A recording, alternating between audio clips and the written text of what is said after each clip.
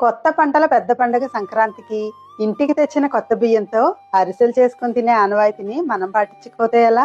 దీనికోసం మెత్తగా, గట్టిగా, గుల్లగా ఎవ్వరికి ఎలా కావాలంటే అలా చేసుకోవాలంటే ముందుగా శుభ్రం చేసిన 1/2 కేజీ కొత్త బియ్యం 24 గంటలు మధ్యలో 2 సార్లు నీళ్లు మార్చి నానబెట్టుకోవాలి.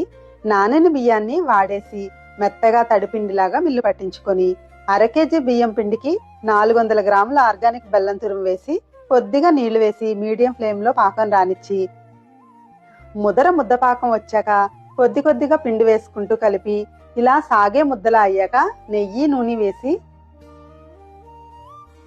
చిన్న చిన్న ఉండలకి పాలు కలిపి నువ్వులద్ది అరిసెలాగా సమంగా వత్తి చిరిగిపోకుండా నూనెకి దగ్గరగా పెట్టి వదిలి పూరీలా పొంగాక 2 వైపులా బంగారు రంగులో వేయించి తీసేసి నూనె పిండి తినేయడమే. Thank you for watching.